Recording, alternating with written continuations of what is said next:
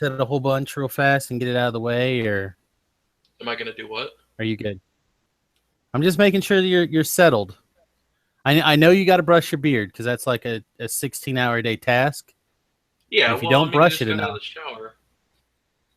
right? And if you don't brush it enough, it'll get all wrinkly and nothing. You won't be able to do anything with it all day. So, So, but you're good. fun fact, my beard hair is longer than my pubic hair, Not by much though, from what I'm mainly seeing. because I take care of my pubic hair. And welcome to the show, everybody. Welcome to the show. This is Two Trolls and a Brew, episode 64. Long live the new year. Yep. So, subtitle Living the Dream. Do we feel like jumping on social media bandwagons? Oh hell, what happened on social media? Well, Carrie Fisher died like 30 minutes ago. Wait, So really? everyone's like, yeah, really. Shut the. She had that heart attack and she Right. passed away. You know, unfortunately, and this is something that that a lot of people I think don't take in mind. When you have a good life and you go, right? That's just it's something that should be celebrated and not like, I don't know. I think you should celebrate it. Like, she is going to live basically forever in the Star Wars movies that she was in. Right? Same thing with was it George Michaels or Brent Michaels, or I don't know. George I'm not Michael. really a music guy. George Michael, who passed away over Christmas. Like, this is just something that happened. These are people who are going to be, they're going to live forever essentially. And personally, I don't like it when I see 10,000 people like, oh, the world will never be the same. I hate that. I would rather be like, you know, man, I'm really glad that this piece of artwork was done before they went, or something along those lines. You know what I mean? So So I don't know. for me, when a celebrity dies, it's not necessarily that I'm sad that they're gone, as much as, and this is really, really selfish, but I'm sad that they won't be able to do anything else to make me happy. Sure. And I understand and respect that part, but at the same time, I just, these are people who, other than like the movies that she was in, didn't know her. You know, if you know someone personally, you can have some pretty deep feelings about it, or maybe like if You're a creepy super fan. oh my god. Well, I was gonna say like the Magic guy, Richard, Magic, Richard something or other. I'm a bad Magic player right now because I can't think of his name. Garfield, Richard Garfield. Yeah. If he croaks, I'll be like, man, that sucks, because he gave me something awesome. Like when Gary Gygax died, you know, I had basically the same reaction of, man, that really sucks. But the thing that he gave me that hit my life is going to carry with me forever. So I'm okay with that. But my grandfather passed away. I'm going to be a little bit more broken up about it. Right. You kind of feel me? Like, but when I see people on social media and it's the worst thing that ever happened to them, I don't know. I get crazy. And now everyone thumbs downs. Samus hates Carrie Fisher. That's not true. Samus hates it when people are alive. That's right. People shouldn't be alive. Boo. Boo, people. I don't know. I hate that bandwagon. And then we talked about it for like 3 minutes, so I guess I don't hate it that much. I'm a monster. I have a handful of celebrities that pass, and almost at least for the last few years, and it seems like when you get to this time of the year, people are like, 2000 and X, cut it out, stop taking our loved ones. And then the very next year, you know, everyone seems to, I don't know, I just, for me, that seems irrelevant. People are going to be born. People are going to pass away. It's called life, people. No one gets out of it alive. See, now my thing is like, again, coming from a selfish standpoint, what are they going to do with Star Wars now? Because she was supposed to be in the episodes 7 or 8 and 9. Okay. I imagine they rewrite or recast. I don't think they can Both of those recast. things are probably, yeah, you can. No, no, you can't recast her. Work, but I think you could recast if you need to. Like it was understandable with Paul Walker because he had two brothers that were also somewhat acting, and they looked similar enough that it worked. But I don't know about that one. Well, like they've had young Arnold Schwarzenegger in new Terminator movies, so I think they could, if they wanted to. I think they. Yeah, personally, I would. I think you could probably rewrite. It might be a little bit more challenging, but I think you Right. could rewrite and make it Yeah, work. Or maybe she already did a bunch of scenes. I think that would be for the best. Well, it's like Disney won't let the new Aladdin movie with Robin Williams. Or no, is it Disney that wants to use? Yeah, it's Disney who wants to use it, but Robin Williams had it in his will that I think it was like what 50 years before anyone could use any of his extra voice acting or whatever. I don't know, something crazy.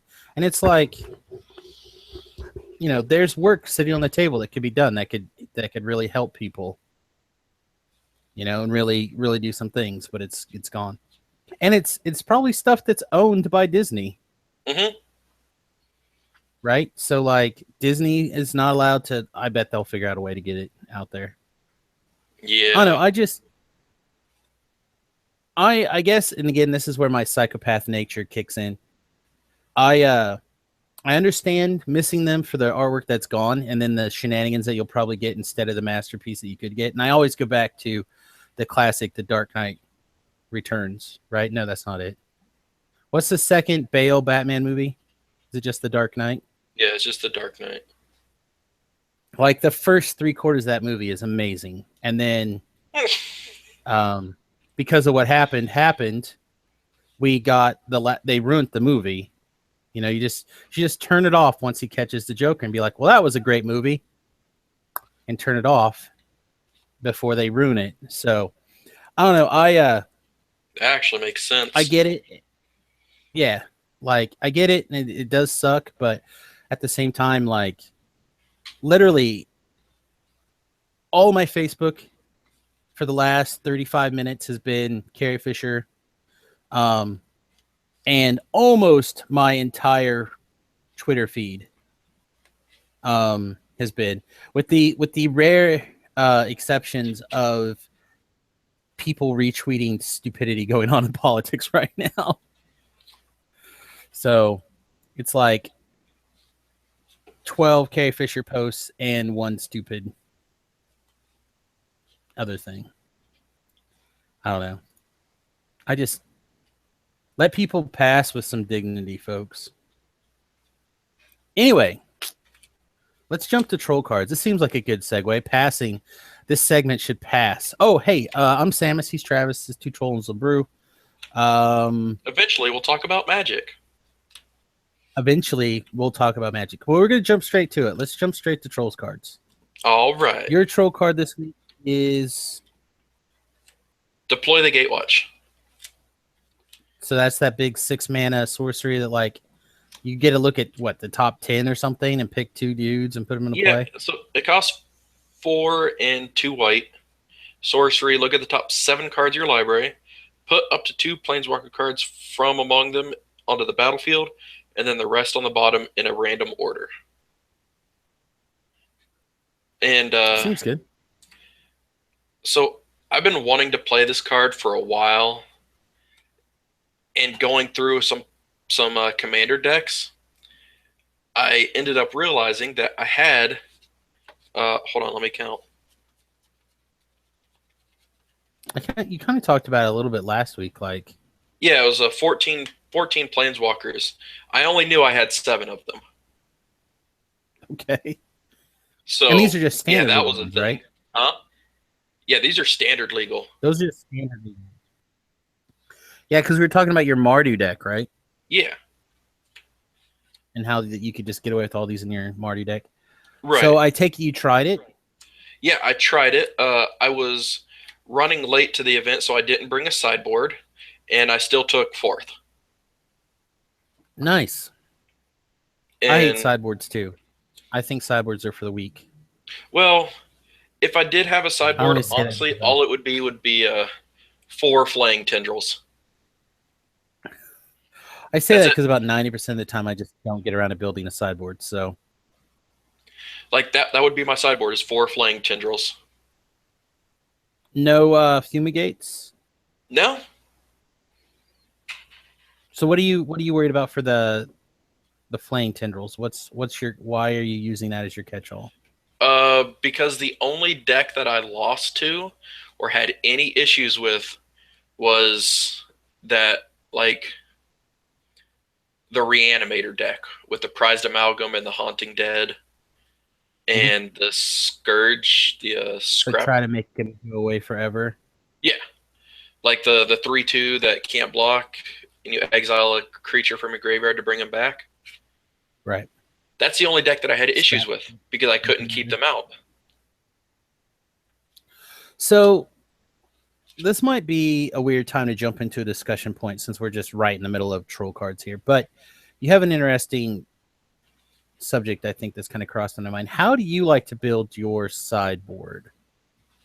So Around like the we pen. often build well, I mean, you and I, we tend to when we throw a deck together, we tend to throw together the 60, right? Right. Or actually, to be really honest, I throw together the 34 to 36, and then I just put lands as my land base, and then pray that it goes together. But for me personally, how I end up doing a sideboard the most often is I try to play matchups. Like either I try to play them in my head, or I sit down and make Remington play them with me, or whatever. And then from there, after I kind of understand how the deck plays game one, I'll basically look at the deck and be like, how many cards are bad? Like, what cards do I not want to draw? And then from there, I try to figure out how many slots I have that I can put cards in to fix up the matchup, especially when it's something, like it's a big part of the metagame, like Aetherworks Marvel or right now the Graveyard deck, the Black Green Delirium deck. Mm-hmm. Like, I look at those two things, and of course the Vehicles deck, because in my shop the Vehicles deck is a pretty big part of the meta. And I look at those three things right now, and I'm like, all right, so what card? And I'll start going through the deck, and I'll be like, well, um, the uh, the Hero's Downfall is bad. I can't think what the name of it is. Ruinous Path. Yeah. Ruinous Path is bad. It's too slow. So then what do I sideboard in? And I kind of work that plan. For example, this weekend, while we had a little bit of time at Christmas, Remington and I got to play my Mardu control deck against his Colossus deck, the deck that I've been having problems with in tournaments against Remington for the last, I don't know, last month or so. I can't Right. seem to beat it. And I think on last week's show, we were talking about adding Nahiri to the sideboard. So I got a chance to try that this weekend and completely shored up. Every time I had it, it just like took over the game for me against him, as intended. So now I have to dig up some number. I'm not sure how many of Nahiris, and then figure out if those overlap against any other decks. Like the Vehicles deck probably would be a good spot for it. And if so, whether or not I can shift some of those slots from Fragmentize or whatever it is to the Nahiri Oh, I and could go up put more. I don't know. Fragmentize in this deck. Fragmentize is really, really good right now. Yeah. So I don't know. How do you do your sideboarding designs, or do Uh, you just listen to like? Whoa. really, I just go based off of what's the general meta, Mhm. and then just try and fill in the blanks. But since So normally like you don't figure out how many cards you have that are bad, or how nope, many cards you want to bring in. nope, I just go off the fly. Okay. So I think like, maybe we found the problem to your sideboarding strategy. oh well. Uh, so my issue is um, when I run like black, if I don't have transgress the mind main board, they're in the side. Um, Right. blue is just counter control because normally I have enough aggro removal, but that's about it, really. So are you one of those people who really think of the 75 cards as your deck and then you're just leaving certain parts out? Or do you really think of it as what do I need to bring in to shore things up? Because it sounded to me like when you just said that, it's like, well, if I'm playing black and I don't have a look at your hand discard spell, I'll make sure I put it in the sideboard. Well, Um, to me, it's more if it's just kind of nice to have those extra 15 as an option, but half the time I don't really care about them either way. Because if they weren't good enough to make the main cut, then what makes them good enough to make the side? okay. So let me ask you this. When you're Okay. doing a draft or a limited event, hmm do you look at your sideboard between every game? I will look at maybe Or do you one or have two a mindset? cards Hmm. Because I'm because gonna. generally when I draft, I have an idea of the deck as I'm doing it, and I I put in the most relevant things, and then if I don't need those relevant things, then I'll take them out. But Well, let's come back to this after my troll card because I think this is a flavor thing that I think the two of us can really kind of get into for a second. So this week I had a really interesting and fun draft this week, and I want to really get into it, but I want to talk about confiscation coup. I think that's how you say all those words in that yeah, order. So it's a blue, blue, and 3 for a sorcery. Choose target artifact or creature.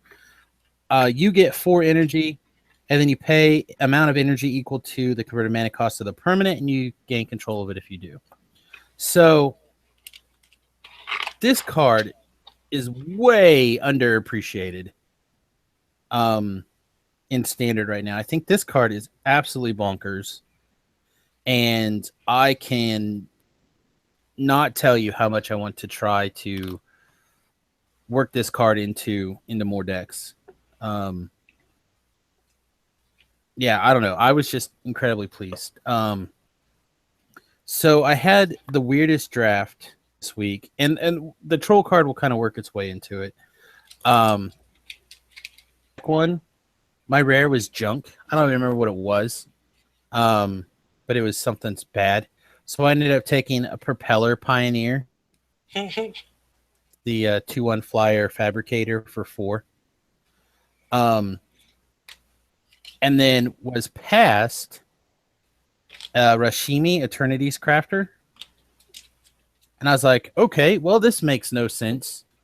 I have no idea what's going on. And then somewhere down the line, I took some other white cards and some other blue cards.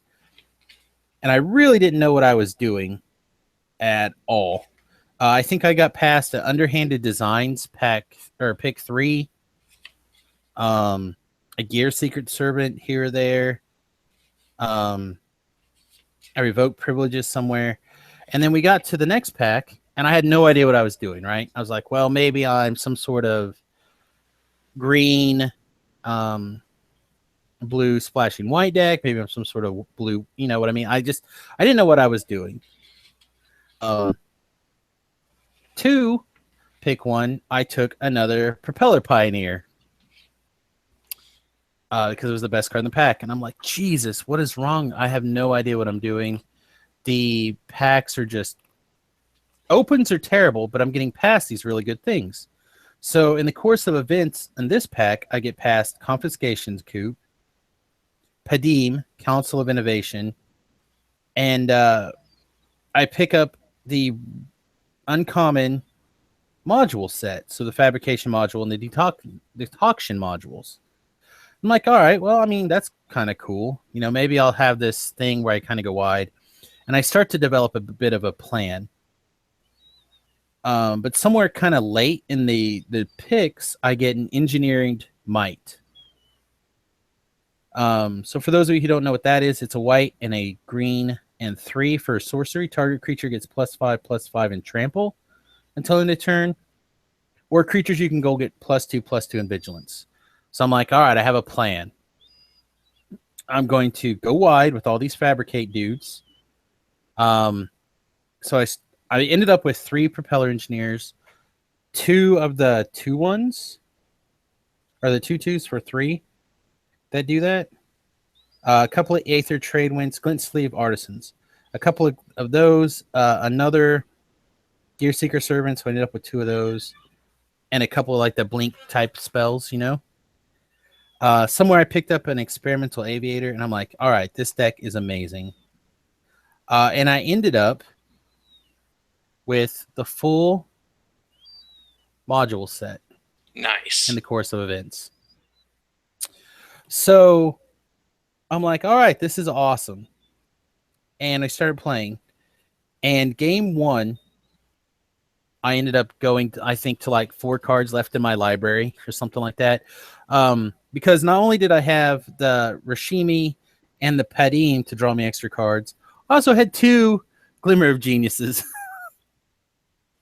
So I was able to get a ton of mana, and my opponent had the decoction module, right? And I had put the other 2 in, but I did not have the decoction module, and I knew where it was. It was in the last few cards left in my deck. But I didn't have a good way to get it, and I needed it to win. I basically needed to go off and then engineer explosives to finish the game. So my top deck, Engineered explosives, huh? Well, whatever it is. Whatever card it was. No wonder you won. I just saw engineered. Exactly. The engineered might. So I ended up top decking the Confiscation Coup, and it let me steal their fabrication mod, or their not fabrication module, their decoction module, allowing me to disassemble the combo from their cards and basically go off. Every time I played, I got this card. It was the card that eventually ended up winning me the game. So another match, my opponent was just playing like big fatties for 5. Nice. Was what he was playing. So like, I can't think of, it's like a 4/5 artifact that you can pay a white and get vigilance. Whatever that card is. He had a bunch of those. He had like, yeah. And then he had like the black dude who can fabricate into like a 4/5 for 5. And like, he just had all these things. And basically I was dead, almost dead, until I top decked the coup again and stole a big fatty, which basically put him where he could not continue to attack. Because I could like throw a 1/1 and a big fatty in front of his big fatty and just kind of, start chipping away through his forces. So it won me that game, and then later on, I was able to steal a guy's. What's the 2/3 lifelinker in white? The flyer. Like first responder, I think, something like that. I was able to steal his first responder and go to town. So like this card, it literally every time I drew it, it won me the game eventually. Except for the very last game where time ended up being called during my turn. and we ended up drawing because I needed one more turn to kill my opponent. Where had I just said go like 5 seconds earlier, I would have won that match easily. But Confiscation Coup was absolutely amazing. And I think if it was to be played in a deck with Dynavolt Towers and more counterspell type things or more control type spells, whatever, I think it would continue to be ridiculous. I was very, very impressed with the card, is what I'm trying to say. So I'd like to see some decks that use this thing more heavily. The problem with it is, of course, it's a sorcery. I think they could have made it an instant. If they did, it would see a ton of play.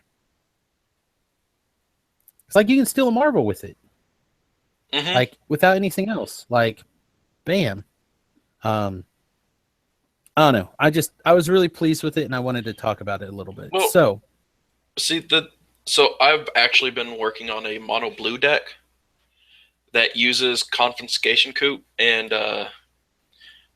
the less good one, it costs 4 in a blue, and you exchange an artifact or creature you control with one that they control. Okay. So I was planning on like their awesome thing for your blue puzzle knot. Well, that or a clue. Just something irrelevant that I have no value for. I mean, granted, I know clues have value, but if I can get if I can get a Grimflare or whatever, that's just the first thing that came to my head. If I can get that instead of a clue, then yeah, I'll switch it out. But the deck is actually just going to be, the win condition of the deck is going to be their deck. Because I love doing jank crap like that. That sounds like almost exactly what I'm talking about. Like, in select for inspections, and I don't know, probably like Aether. Is it Aetherworks? Like that enchantment that gives the creature -4, -0, and you make some energy. Like, just stuff like that like gets you some advantage. Out. Maybe like, yeah, like that 1/3 that generates a bunch of energy and lets you scry. And then you have like there's the enchantment from Eldritch Moon. It's turns a aura thing into a land. Well, that too, but it has flash, and then it gives the creature -X, where X is the cards in your graveyard. Yeah, stuff like that. Just like weird things. Yeah, just basically say, don't play the game until I win. Yeah, with your it would deck. be better if it was more things that were spells, so you could use Dynavolt Tower. I see that working too. No. The only win condition in the deck needs to be stuff that they do, or stuff that I take from them with my installation. Yeah, I like the idea of having the Dynavolt Towers, one, because you can use it as removal, right? Yeah. But how great would it be for them to like play Emrakul, go, oh, well, you don't have anything that I can't do anything. And you're like, okay. You take your turn, you untap, you draw Confiscation Coup, and you like play it. Right. Kill their Emrakul. You know what I mean? Yeah. Or like they're like, oh, lightning bolt yourself. And you're like, oh man, that really sucks. But you have like 45 energy anyway. You're just like, oh. I don't know. I get perverse pleasures from little things like that, I guess. Like, do your worst. Huh, that wasn't that bad. Right. Still your thing. And now you die. Anyway, so I wanted to talk to go back to what we were talking about before. Going back to your sideboard. So clearly I didn't have enough time the last round to defeat my opponent. But he had a lot of like really good efficient flyers, and I just didn't have any removal. Other than Confiscation Coup, and I think I had the one aura that is a pacifism, whatever that thing is. I didn't have any removal, or no permanent removal anyway. But I did draft 2 underhanded designs, but I was not playing black. And I'm like sitting here trying to figure things out, and I'm like, dude, I think I just have to go completely deep to win this match in time, because I knew we had like 3 minutes left on the clock or something. So I sideboarded into 2 underhanded designs, and I think I pulled like a plains and an island, to put in two swamps basically, and I knew I had a pretty strong chance to basically get hosed, like either have a dead card in my hand or have a mana that basically taps for a colorless. But I mulliganed into one of each of the colors of mana, basically. And I'm like, all right, well, I have to risk it, in the off chance that I don't draw a dead card. And then I got to the situation where I had the underhanded designs on the table, but my opponent had showed me 3 Bang Deck fragmentize game 1 and game 2. And I had the second artifact, or I had the first artifact down. I think I had I had made a servo token. And in my hand was one of the modules. Well, the module that I specifically needed to like start setting off make a bunch of dudes to win the game in time. And didn't have the mana to play the module and activate the underhand designs. And I didn't want him to blow up both of those things. Right. So I held on to the artifact in my hand. And then the next turn, he untaps and blows up the designs. So I think if I would have played a little differently, he would have been forced to blow up the artifact instead, where I would have been able to top deck another artifact in the next turn or two, because my deck was just cram-packed with those fabricate guys. And then I could have used the underworld or the underhanded designs to kill the creature that was applying pressure to me. And then, of course, use the coup to steal the other flyer and go to town on him. When time ran out, I was I think at 11, and he was still at 20, and I needed 3 attack steps to kill him, and I only had 2. So, because I even looked at him and I was like, "Hey, man, we went to a draw. I was at 7 life, and I stole his 2/3 flyer and put a 1/1 counter on it." I'm like, "Look, man, if anything besides Friday," and I thought I had won the draft regardless, right? We had, I think, 20 some people, I think, and I was like, "All right, well, I'm the undefeated, you're undefeated. We're gonna draw." But his fiance was my first round opponent, and she dropped the last round, so he beat me on tiebreakers by 2 percentage points. But I was just like, but I had thought I had won the draft. I didn't realize that she had dropped out at that time. So I'm like, dude, normally I'd ask for a concession here because, packs or whatever, but it's just Friday Magic, so who really cares? And he ended up taking, I think, like 6 more packs home than I did. I was a little frustrated. But again, a matter of timing. But I would not have had even a shot to win had I not went back to my sideboard that last game and went, I really have got to find something. Where had I been a little bolder with my play, I think I could have gotten away with firing off that and won that game much quicker.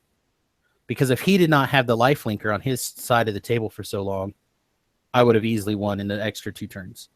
I think he was at 30 some life when I was able to finally turn the tables and start attacking. So, I mean, had I been able to start attacking, had his life total been, say, at just a regular 20, I would have easily won that game. So I don't know. But if I never went back to my sideboard and took a fresh look through what I could have possibly brought in to win that game faster, I wouldn't have had a chance at all because my deck was super slow. I mean, obviously, all the mono 4-drops over here that make like 2 dudes or 3 dudes or whatever. Right. So I don't know. I would like to hear other people's thoughts as well on how often you go back to the sideboard. Or, well, if it's not good enough to be in the main deck, it's not good enough for me to bother. There you go. I don't know. So this also happens to be a good time with your troll card of the week to talk about a deck that Eric Froelich was pushing this week over at channelfireball.com. This Super Friends deck with 2, 4, 6, 8, 10, 12, 13, 14, 15, 16, 17, 17 main deck planeswalkers. Holy jeez. Nice. Did I you gotta see this this mess? list. Yeah, I linked it for you. I don't read. I know you don't read, and you heaven forbid. It is Where's it at? This one right here. Oh, the one Deck of the day, 5-color Super Friends list. Yeah, the only one you didn't click on. Well, no, the only one that isn't automatically linked. Yeah, it's weird. I don't understand why it didn't turn that one into a link. There you go. But anyhow, this thing, and I'm going to go ahead and... Enter. Oh, nice. Thanks, bud. You're the best. Yeah, that's what I like to tell people. Bring this thing up.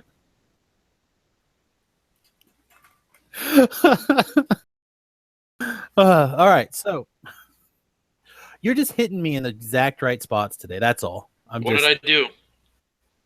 You just made me giggle. That's what I like to tell people. Oh, yeah.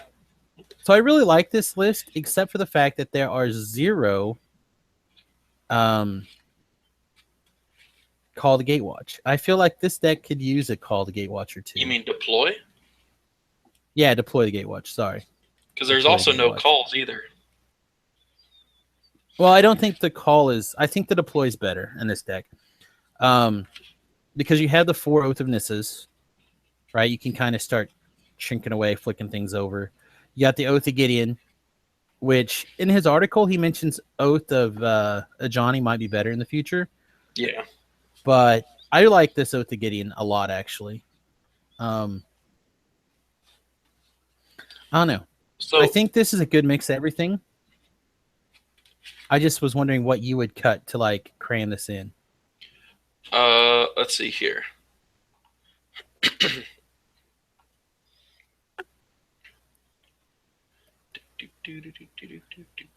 I'd cut. I don't think I'd bother with first. Yeah, I can see cut and aim are cool. I mean, I think the reason it's in there because you have 2 main deck Nahiris. That gives you a great way to like win the game. So not really from nowhere, but from pretty easily. So when I was playing with mine this past F&M, Nahiri, she does really well even just grabbing a Gear Hulk. Yeah, like any creature would be great.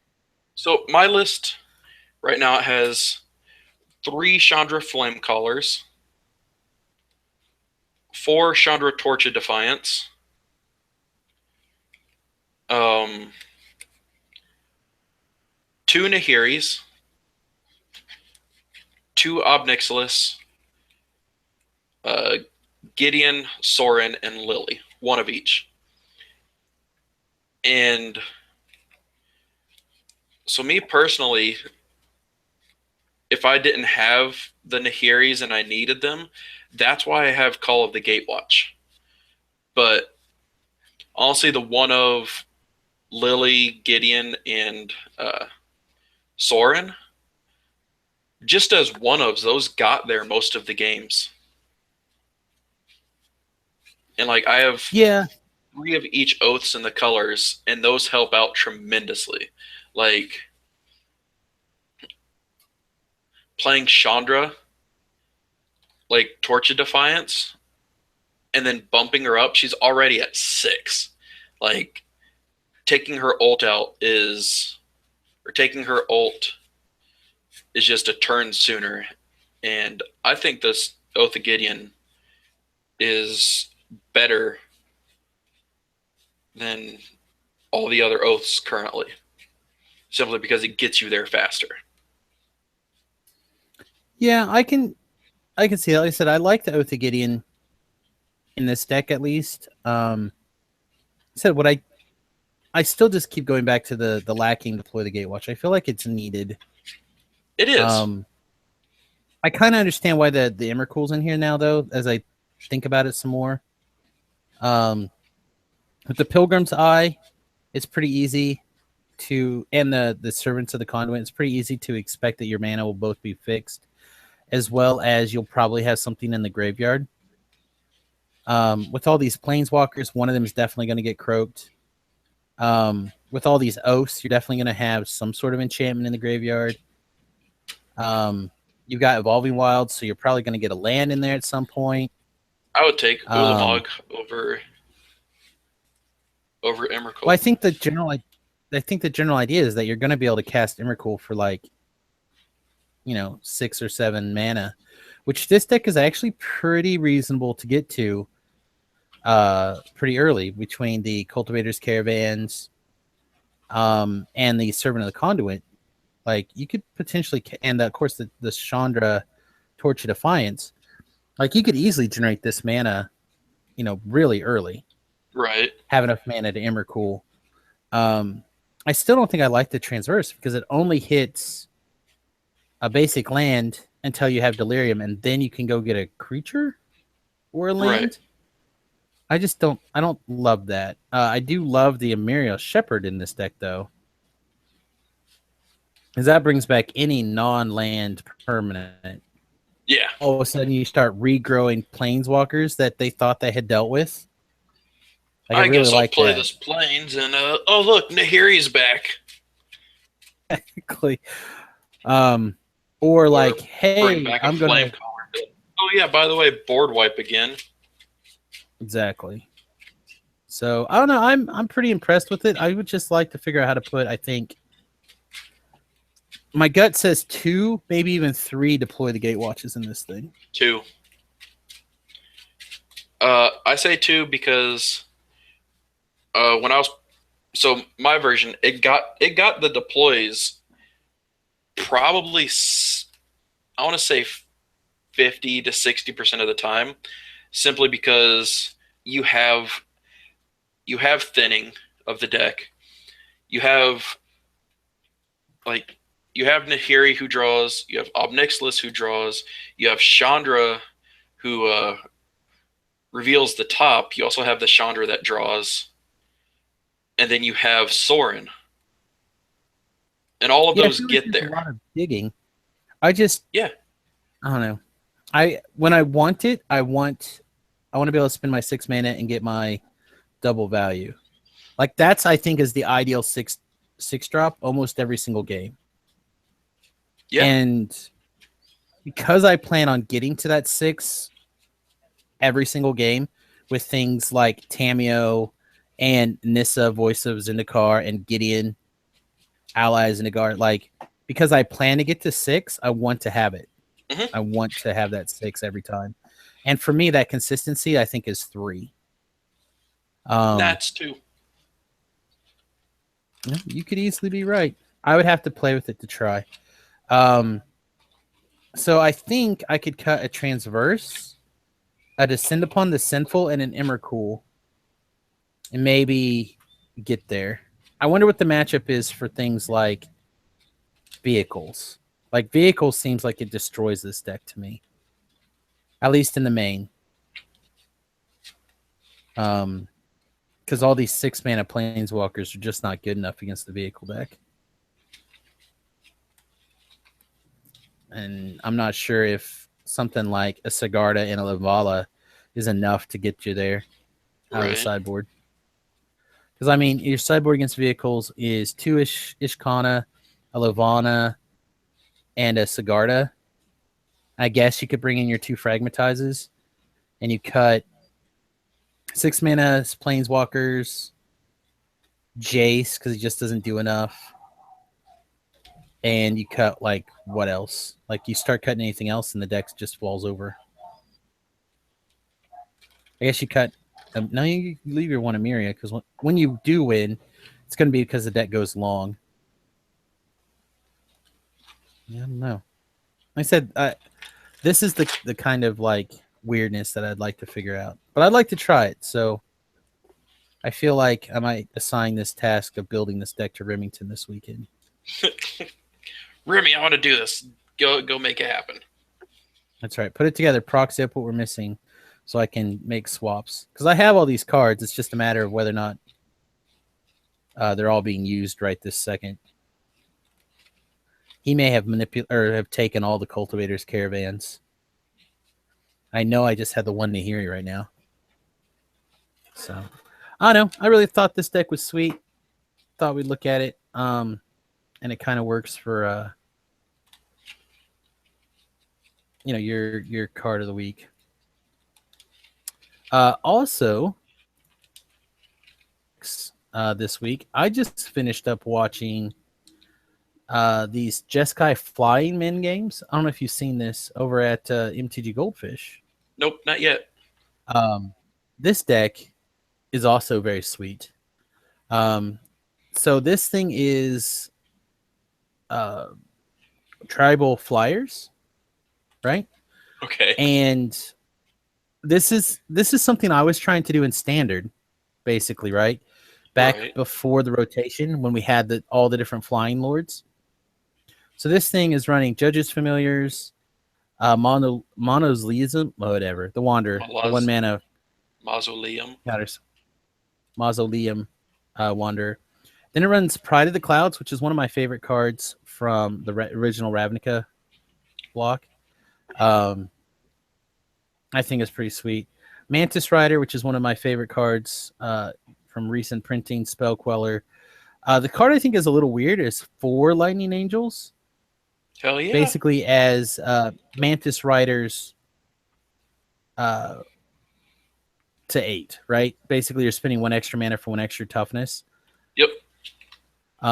Lightning Bolts, Vapor Smags, Electrolyzes, your Anthem, etc. manas. So the reason I really like this thing is when I first got back into playing Magic again, was right before Time Spiral came back out. So like Darksteel was my first set back into Magic, and then we had a little bit of fun, and then Time Spiral came, Lightning Angel. Mm-hmm. So we had things like Lightning Helix, Lightning Bolt, etc., etc.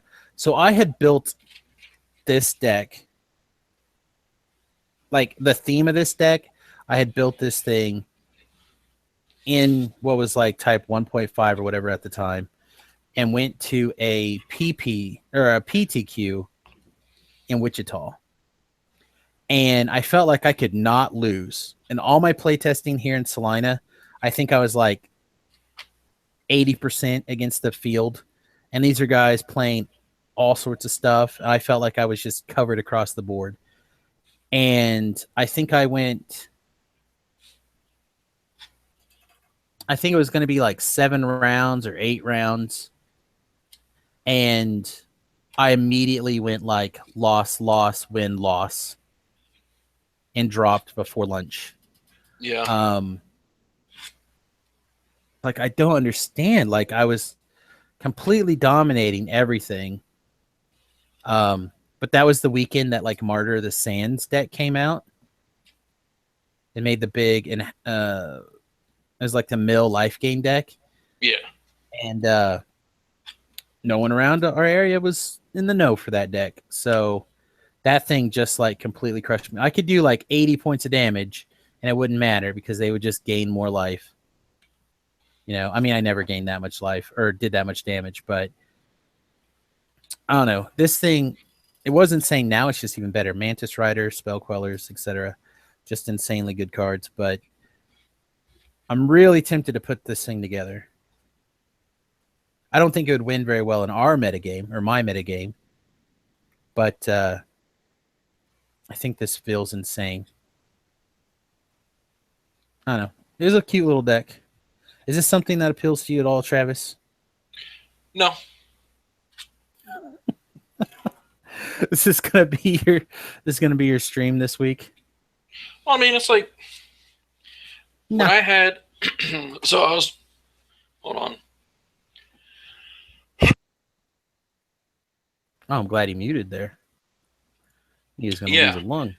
So when I had modern, it was essentially Jeskai Burn. Uh, I was using Manus Rider, um, Monastery Swift Spear, and Geist of Saint Taft, and then Mhm. just a bunch of removal spells and burn. Right. That just got there so much better, in my opinion. Well, like I said, I was watching him play this week or today, this morning, and he had quite a few turn 4 kills Yeah. just by like running out a 1-drop and then playing like a turn 2 Pride of the Clouds, followed up with either another Pride of the Clouds or a Favorable Winds or something, Right. and a burn spell. Like the clock is really quick. Like the other big deck that I've noticed a lot on Magic Online, or at least what people are streaming, is the Jeskai burn type deck that runs the Swift Spears and the Mantis Riders and stuff like that, closer to what you were talking about. Mm-hmm. And it seems like that deck seems to be just a little bit slower, but has more resiliency because you're running the same lightning bolts, you're running the same vapor snags, but they also have lightning helix. And the difference is that instead of running 1-drops that have evasion, you're running 1-drops that theoretically can hit for 2. Right. Right. So you're running Goblin Guides, you're running Swift Spears. At 2, you're running things like Storm Chaser Mage and Snapcaster Mage. You're also talking about a massive price difference. Right. So this deck, according to $41 on Magic Online, but if I jump over to modern decks and I find that thing, if it's even here, yeah, I'm not seeing it. It may not be there, but anyway, you're having at least 4 Snapcasters. Maybe this is it. Maybe this is how they're calling it. Yeah, they're calling it Jeskai Prowess on this deck. You're talking about $320. Yeah, that's So nowhere I don't know close to for the where I ran. price. Oh, really? Goblin Guide, Swift Spears, Snapcasters, Storm Chaser Mage, Mantis Riders, I didn't run the Goblin Guides or the Bolts. Snapcasters or the Vapor Snag or the Jeskai Charm or the Mutagenic The Growth. lists I've been seeing are not running. The lists I've been seeing have not been running Jeskai Charms lately. They've been running some other stuff, but The Boros Charm, wouldn't that be better? yes and no. Like this having the ability to gain lifelink for a bunch of dudes probably might be. Like I said, the new updated list that I've been looking at does not run that. Let me actually stop this for 1 second, see if I can find it. I think I was watching BBD's videos. Is where he happened to put it. So let me see if I can see if he's got a list. Yeah, here we go. Now, is it actually written down anywhere? No. Let's mute this. Here we go. Turn this back on. So this is the list that BBD is playing, or was playing. I don't know how clear it is, but Goblin Guides, Swiss Spears, Storm Chaser Mage, Snapcasters, Mantis Riders, Probes, Vapor Snags, Growths, Lightning Bolts, Lightning Helix, 20 land. So just from what you were talking about, this deck sounds very similar to me. You might have some card differences, like obviously if you don't have Snapcasters. Or So if I can Goblin get it a little Guides. bit clearer. Or Or Goblin Guides. Growth, or Vapor There you Snag, go. or Gitaxan Probe. I definitely think that these make the deck run a lot more efficiently. The Goblin Guides, the Snapcasters, and the Probes. Yeah, so just take out the 20 cards that I said weren't in there, and it's the exact same deck. Exactly. But I don't know. I was really impressed by this deck also, but I watched him struggle in certain matchups because I just had a feeling the reach isn't there. So, like, what does this deck do? Again, thinking about my metagame, what does this deck do against Boggles? Nothing. Tries to race, where they're gaining 1,000,000 life a turn. You got 2 wear and tears to try to deal with it. Again, my metagame, robots, you have 2 stony silences to try to deal with it. So I don't know. I would have to fiddle with it a lot, but it is appealing. But yes, to me, when I heard what you were talking about, it sounded a lot like that list. Right, but it's like at least 60% not that list. It's the thought that matters. It's what's inside, Travis. At least that's what your mom told me. What's inside Travis is about to be more food. Ooh, somebody's hungry. All right, well then let's talk about the this real fast, and then we can do New Year's resolutions and call it a day. Have you seen these yet? Yes. And by these, I'm talking about the Aether Revolt inventions, masterpieces, whatever you want to call them. I am really actually excited for Ensnaring Bridges to get reprinted, but I'm also really excited for this Ornithopter. I think this Ornithopter looks amazing. Oh, that Ornithopter is dope.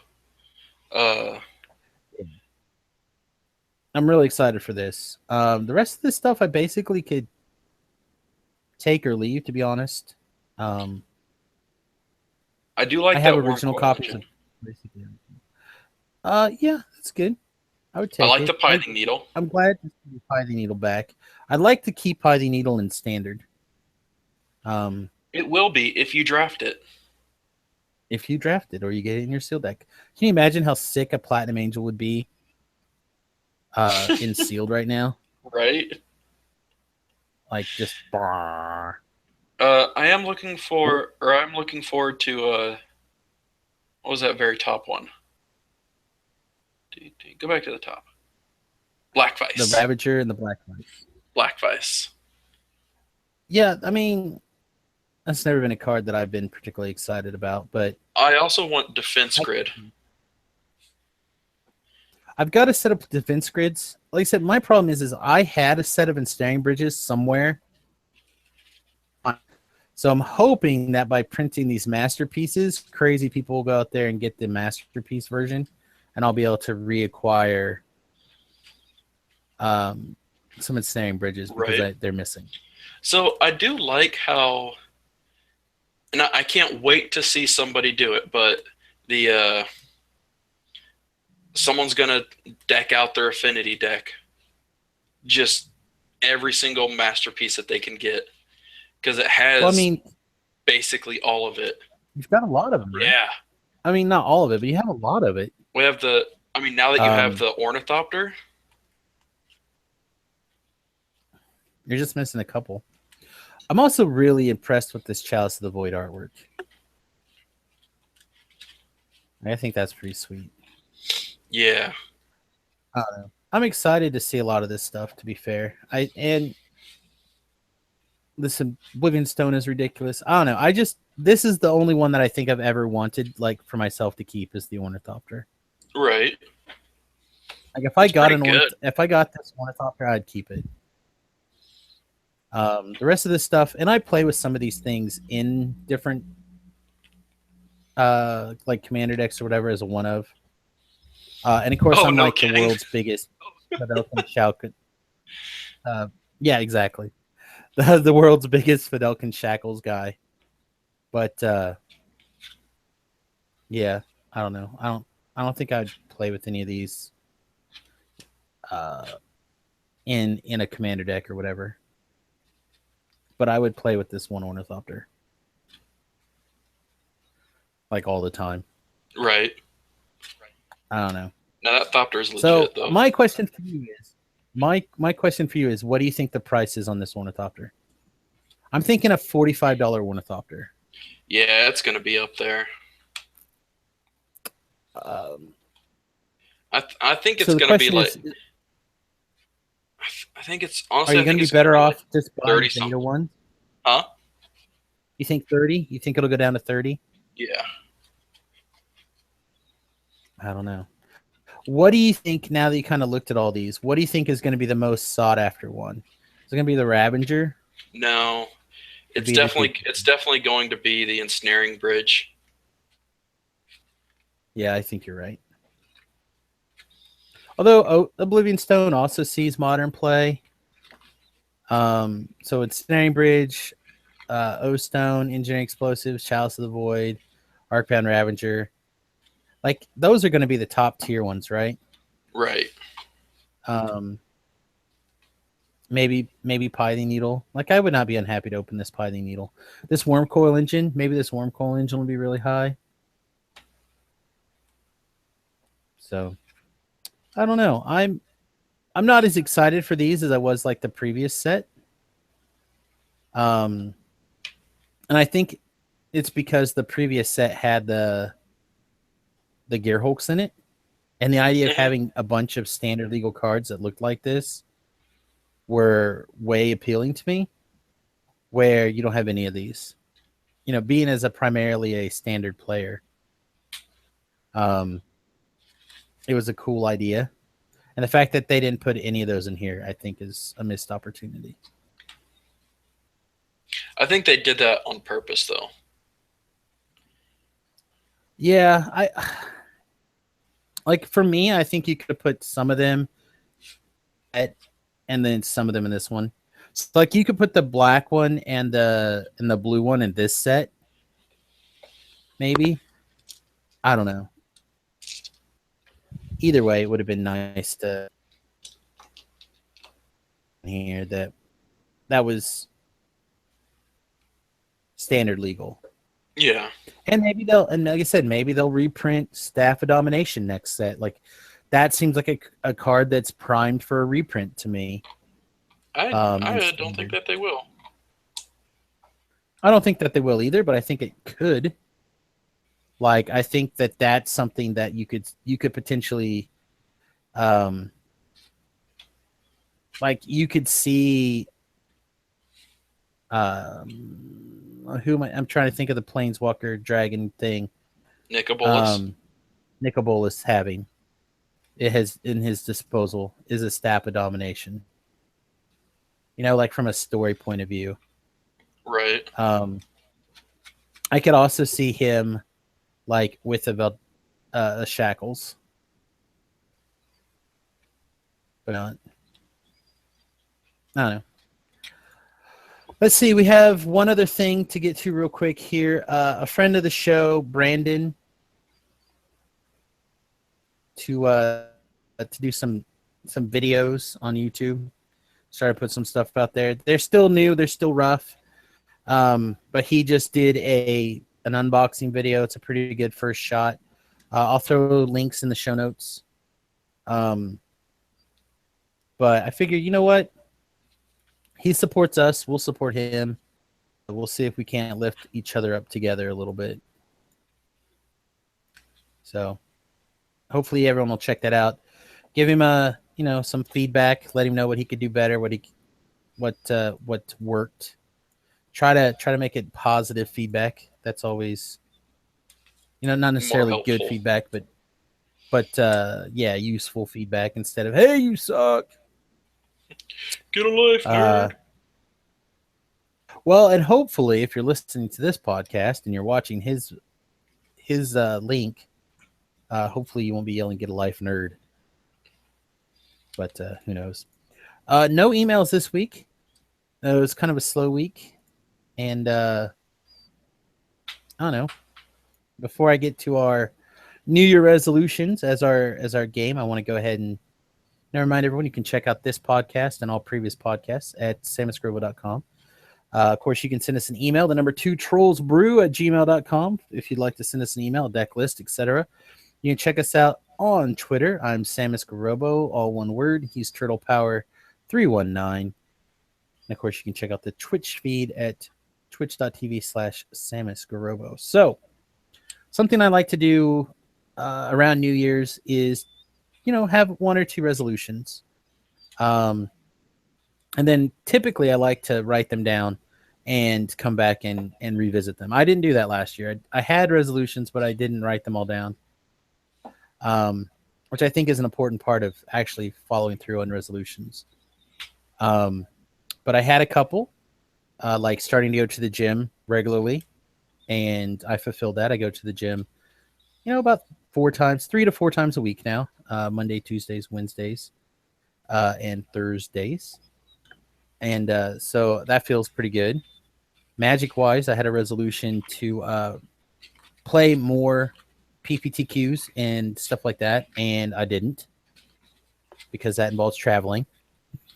So this year, I think I'm going to redouble my efforts to play in some slightly larger tournaments.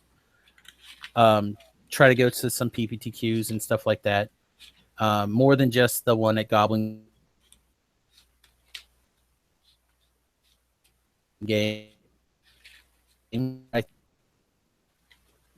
So if you're in the Salina area, Kansas area, you might hit the calendar up at the arena website or hit me up on Facebook or something and get those details. I'll be busy making a flyer next week or this week probably and getting those details out. But I need to get my act together. I think I have a little more than 2 weeks to.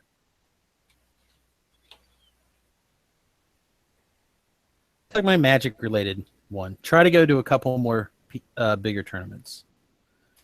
Travis, Yeah. have you? I made you do resolutions last year, but I don't remember what any of them could have been. Do you? Me either. Do you remember? Okay, so I'm going to say that you probably, because you probably not. You probably like killed every one of your resolutions 100%. You just knocked them out of the park. I think the only one that I actually did was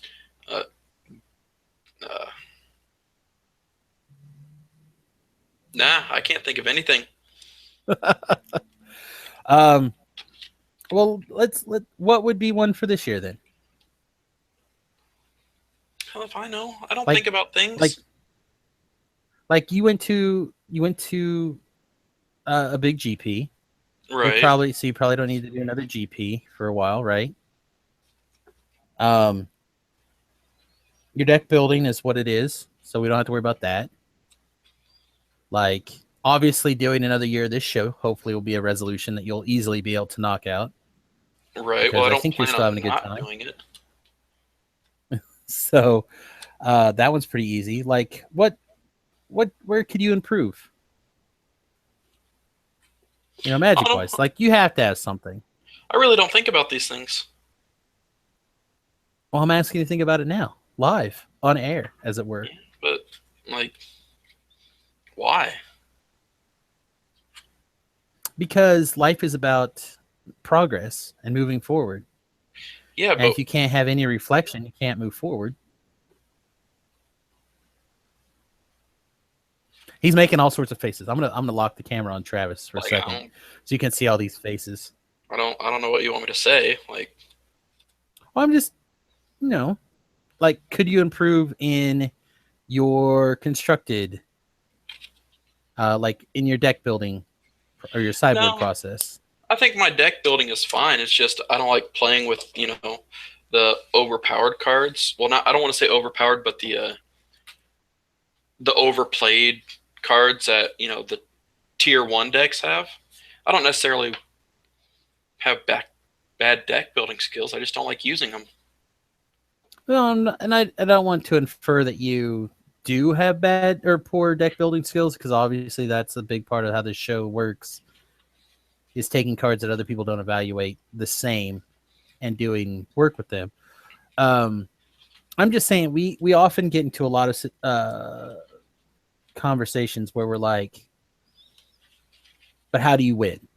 And then you're like, well, I don't.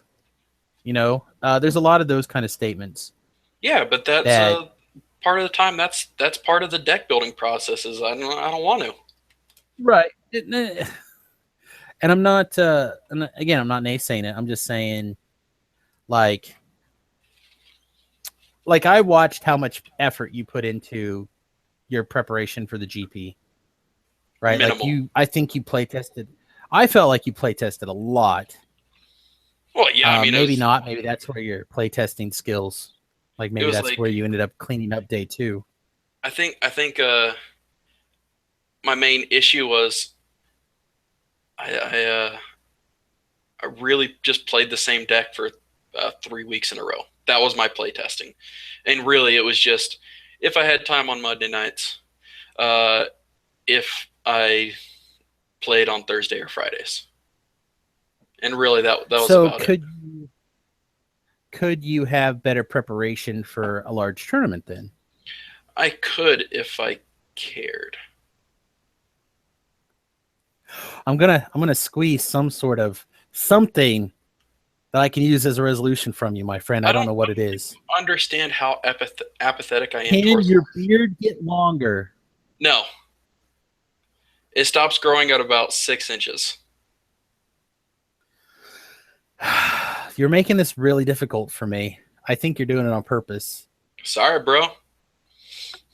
Could you get taller? If I got stilts, Could you um more could you develop a neater organizational system for your cards besides piles around your desk? hold on. You're telling me that this isn't organized? Well, I'm not I'm not going to say that that could improve slightly, I know but exactly where it everything's at probably there. could improve slightly. Yeah, because you have that hoarder's mind. Underneath that mattress in that garage that's falling apart with the wind damage, if you look around in there, you'll find a soda pop bottle, and inside there is where I keep my Black Lotus. Right. All, all rolled up and everything. All right. Well, I mean, if you're perfect in every way, then there's no reason to try to improve that perfection, right? Like, I don't think I'm perfect. I just don't care about changing anything about it. I mean, I think that's an important thing, though, is to realize where your weaknesses are and Give a shit about make it. efforts to improve it. Yeah. Yeah, Like well, I part know of where what my I want to do with weaknesses this are. show, you I just know don't where my care. weaknesses are. I just don't care. Yeah.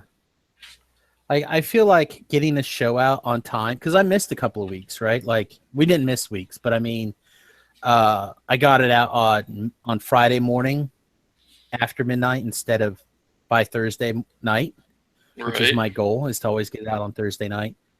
So I'm going to make it a resolution to try to keep it out, get it out by midnight on Thursday every week. Like that's a secret goal, a secret resolution. To see what I can do. The same thing with try to go to more, be willing to travel more. Um, we have a couple of places that aren't too far away that I could easily hitchhike to. And by hitchhike, I mean get a ride with the guy who goes to those places anyway. Right. Um, and try to hit at least one or two more Jeep or PPTQs just to get more tournament, bigger tournaments under my belt. Stuff like that. But like if you don't think about it, then I guess it does you no good to make goals, make resolutions. See, there you go. Although to me, it feels like you can't improve without having some sort of goal in mind to think Oh about and well. mull over. How about the gymming? Like I know you've been gymming, but Yeah, I don't think you have any goals set. I just need to put more weights in. That is a thing that happens. Yes, you have to lift more. Like, do you have a goal? Like, what's your bench right now? Uh, the gym that I use, since I'm cheap, it doesn't have a bench press, so I'm just using the doing push-ups and adding weights to that. So my body Okay. weight plus about 85 pounds. Okay. So it makes it really difficult to kind of judge. Um, so do we want to say like your body weight plus 120 by this time next year? I 'Cause could like do right that. now I'm at about 210. Like I'm at 210. I would like to have my bench be at least 250 by next year. Like that's a for me that seems to be like a reasonable goal. I think I could probably do that in 6 months. But I don't think Right. I could be 300 by next year. So I can't say Sure you can. 300 by next. That's maybe that's a big chunk. I want to have achievable goals. Maybe 280. You're like rolled your eyes super big. No one's gonna be able to see that but me. All right. Well, anyway, hopefully we've inspired some people out there to come up with some goals for themselves.